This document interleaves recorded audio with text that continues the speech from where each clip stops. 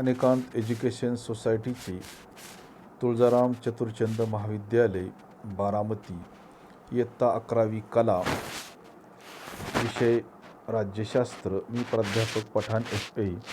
विद्यार्थी मित्रांनो, सर्वांना गुड मॉर्निंग. आपण प्रकरण 3 समता व न्याय पाहत आहोत. या प्रकरणाचा अभ्यास करत असताना आपण न्याय ही संकल्पना पाहत आहोत आणि ही संकल्पना पाहत असताना न्यायाचे प्रकार आपण पाहत होतो.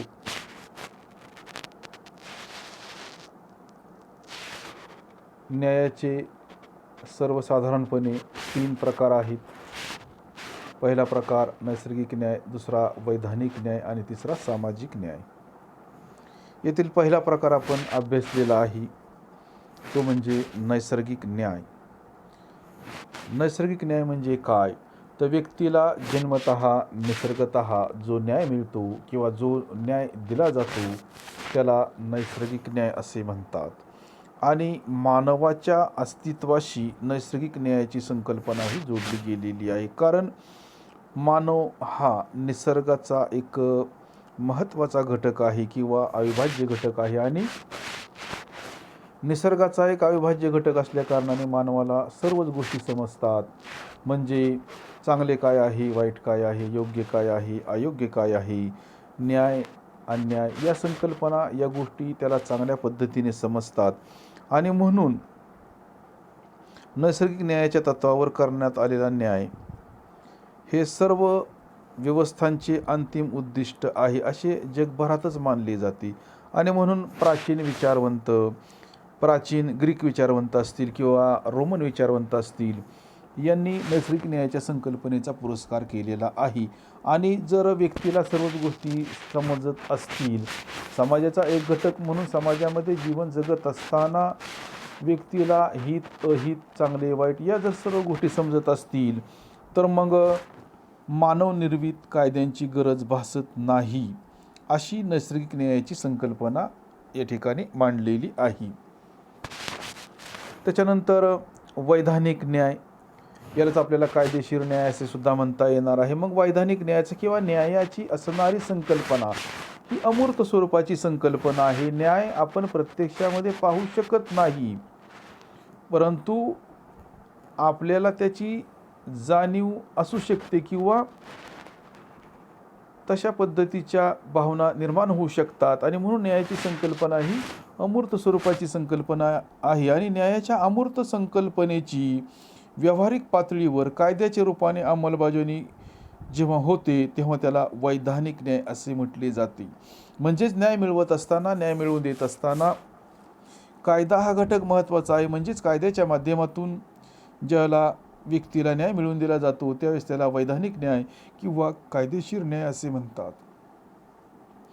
या ठिकाणी वैधानिक न्यायाविषयी आपले विचार मांडत असताना जॉन ऑस्टिन सारखा विचारवंत याने वैधानिक न्यायाबाबत विचार मांडलेले आहेत. आणि तो असे म्हणतो की कायदा हे न्याय व दुष्कृत्य दडपून टाकण्याचे साधन आहे. म्हणजेच कायद्याच्या माध्यमातून एखाद्या व्यक्तीला न्याय मिळतो, तसेच कायद्याच्या माध्यमातून चुकीच्या गोष्टी सुद्धा दडपता येतात. म्हणजेच पुरावे, कायद्याच्या माध्यमातून पुरावे सुद्धा नष्ट करता येतात असा विचार त्यांनी मांडलेला आहे. आणि म्हणून न्यायाच्या तत्वाखेरीज कायदा केवळ दडपणुकीचे साधन बनतो. म्हणून कायदा ही संकल्पना न्यायावर अवलंबून आहे. वैधानिक न्यायाचा विचार करत असताना वैधानिक न्यायामध्ये काही गोष्टींचा, काही तत्वांचा या ठिकाणी समावेश होतो. म्हणजेच न्याय ही सिस्टीम कशा पद्धतीची असावी. भारतीय राज्यघटनेचा विचार करत असताना भारतीय राज्यघटनेच्या माध्यमातून एकेरी स्वरूपाची न्यायव्यवस्था संपूर्ण भारतामध्ये निर्माण करण्यात आलेली आहे. म्हणजेच भारताची असणारी न्यायपद्धती एकात्म स्वरूपाची आहे. भारताची न्यायव्यवस्था ही पिरॅमिडसारखी करून ठेवण्यात आलेली आहे. म्हणजे टॉप टू बॉटम आणि बॉटम टू टॉप. म्हणजेच तालुका न्यायालयापासून जिल्हा न्यायालयापर्यंत आणि जिल्हा न्यायालयापासून उच्च न्यायालयापर्यंत आणि उच्च न्यायालयापासून सर्वोच्च न्यायालयापर्यंत अशी पिरॅमिडची रचना त्या ठिकाणी राज्यघटनेच्या माध्यमातून करण्यात आलेली आहे. आणि या सगळ्या गोष्टींचा विचार करत असताना भारताचे जे सर्वोच्च न्यायालय आहे दिल्ली या ठिकाणी आहे आणि त्याचा असणारा निर्णय हा अंतिम असणार आहे. सर्व न्यायालयांवर सर्वोच्च न्यायालयाचा असणारा निर्णय हा बंधनकारक आहे आणि म्हणूनच वैधानिक न्यायामध्ये काही गोष्टींचा समावेश होतो. तर 5 मुद्दे या ठिकाणी आपण पाहणार आहोत. पहिला मुद्दा सांगता येणार आहे की न्यायदान करणारी यंत्रणा ही निर्भीड असावी. म्हणजेच न्यायदान करणाऱ्या यंत्रणेवर कोणाचेही दडपण असता कामा नये. त्याच पद्धतीने न्यायदान करणारी यंत्रणा ही निपक्षपाती असावी. न्यायदान करणारी यंत्रणा ही स्वायत्त असावी. म्हणजेच या सगळ्या गोष्टींचा विचार करत असताना भारताची न्यायव्यवस्था अशाच पद्धतीची बनवलेली आहे. म्हणजेच भारताची न्यायव्यवस्था ही स्वतंत्र आहे, स्वायत्त आहे, कारण ती कायदेमंडळ व कार्यकारी मंडळ यांच्यापासून स्वतंत्र आहे. आणि मग अशा परिस्थितीमध्ये न्यायालयाला किंवा न्यायमंडळ हे चांगल्या पद्धतीने काम करते, कारण त्याच्यावर शासन संस्थेच्या इतर 2 विभागांचे म्हणजेच कायदेमंडळ आणि कार्यकारी मंडळाचे दडपण असत नाही. म्हणूनच न्यायमंडळ निर्भीडपणे निपक्षपातीपणे काम करते, कारण ही असणारी यंत्रणा ही स्वायत्त अशा पद्धतीची आहे. दुसरा मुद्दा आपल्याला सांगता येणार आहे, न्यायदानाची प्रक्रिया तणावमुक्त वातावरणामध्ये पार पडणे महत्त्वाचे आहे. न्यायदान करणारी जी प्रक्रिया आहे ती तणावमुक्त वातावरणामध्ये पार पडणे महत्त्वाचे आहे. म्हणूनच ज्या ठिकाणी न्यायाधीश न्यायदानाचे काम करतात अशा न्यायाधीशांना चांगल्या पद्धतीचे वेतन असणे महत्त्वाचे आहे. त्यांना त्यांच्या कामाची खात्री देणे महत्त्वाचे आहे आणि त्यांना शारीरिक संरक्षण देणे महत्त्वाचे आहे, तरच ते चांगल्या पद्धतीने काम करू शकतील. शिवाय तिसरा मुद्दा आपल्याला सांगता येणार आहे, न्यायदानासाठी निश्चित नियम आवश्यक आहेत. म्हणजेच न्यायदान करण्यासाठी निश्चित अशा पद्धतीची नियमावली असणे महत्त्वाचे आहे, कारण व्यक्तीच्या जीवनामध्ये न्याय ही संकल्पना महत्त्वाची मानली जाते. म्हणून कायदा असे म्हणतो की 100 अपराधी सुटले तरी चालतील, 100 गुन्हेगार सुटले तरी चालतील, परंतु एका निष्पाप व्यक्तीला शिक्षा होता कामा नये, कारण त्याचा लोकशाही शासन पद्धतीवर विश्वास राहणार नाही. म्हणून कोणत्याही निष्पाप व्यक्तीला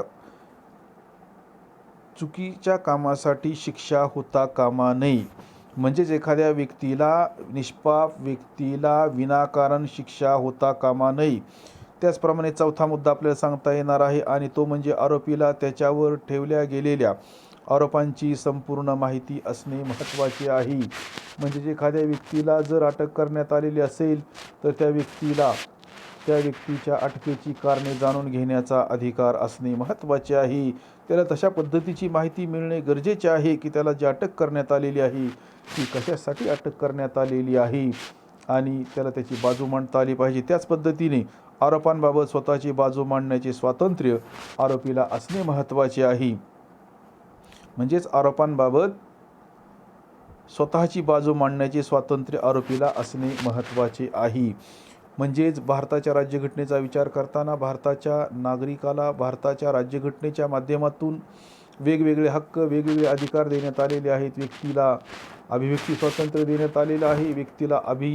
व्यक्तीला जीविताचा हक्क त्या ठिकाणी देण्यात आलेला आहे आणि म्हणून एखाद्या व्यक्तीला विनाकारण अटक करता येणार नाही. आणि जर अटक करण्यात आली असेल तर त्या व्यक्तीला त्याच्या अटकेची कारणे जाणून घेण्याचा अधिकार आहे आणि ती व्यक्ती अशा वेळेला स्वतः किंवा त्याचे नातेवाईक वकिलाच्या मार्फत त्या व्यक्तीची बाजू मांडू शकतात.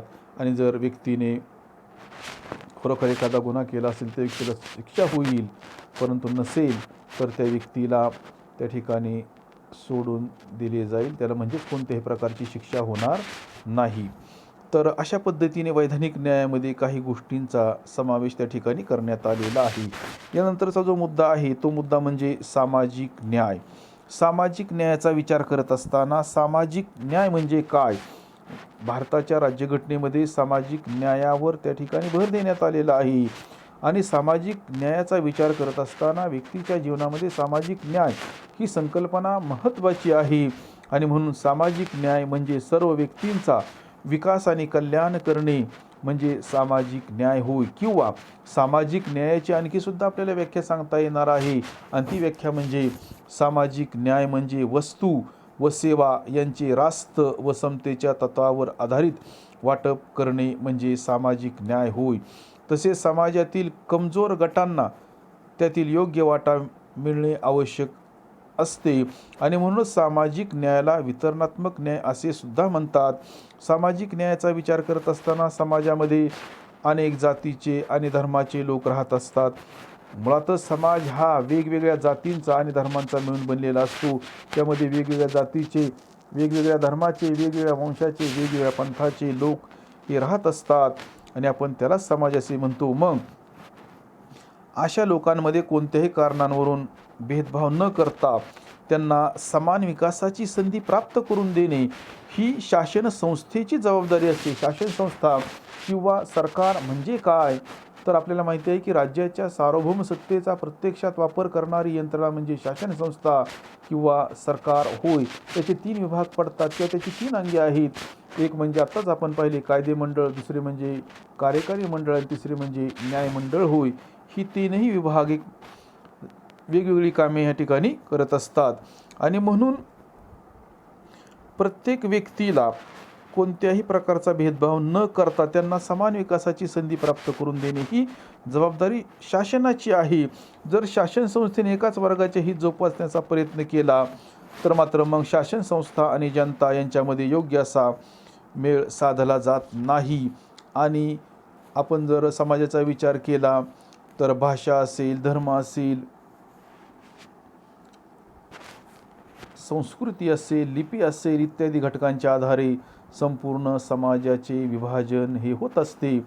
आणि काही देशांचा जर आपण विचार केला तर काही देशांमध्ये आज त्या देशांचा प्रचंड प्रमाणामध्ये विकास हा झालेला आहे, परंतु विकास होत असताना त्या देशांमध्ये काही गोष्टीसुद्धा आपल्याला पाहाव्यास मिळतात. फॉर एक्झाम्पल मग काळा गोरा असा वर्णभेदसुद्धा त्या ठिकाणी मानला जातो. आणि आपण जर भारताचा जर विचार केला तर भारतीय समाजामध्ये किंवा भारतीय समाजाचे जातीच्या आधाराने काही प्रमाणामध्ये विभाजन झालेले आहे, आणि अशा स्थितीमध्ये सामाजिक न्याय हा प्रश्न महत्त्वाचा ठरतो. आणि केवळ लोकशाही शासन पद्धतीचा स्वीकार केल्याने प्रश्न सुटणार नाहीत.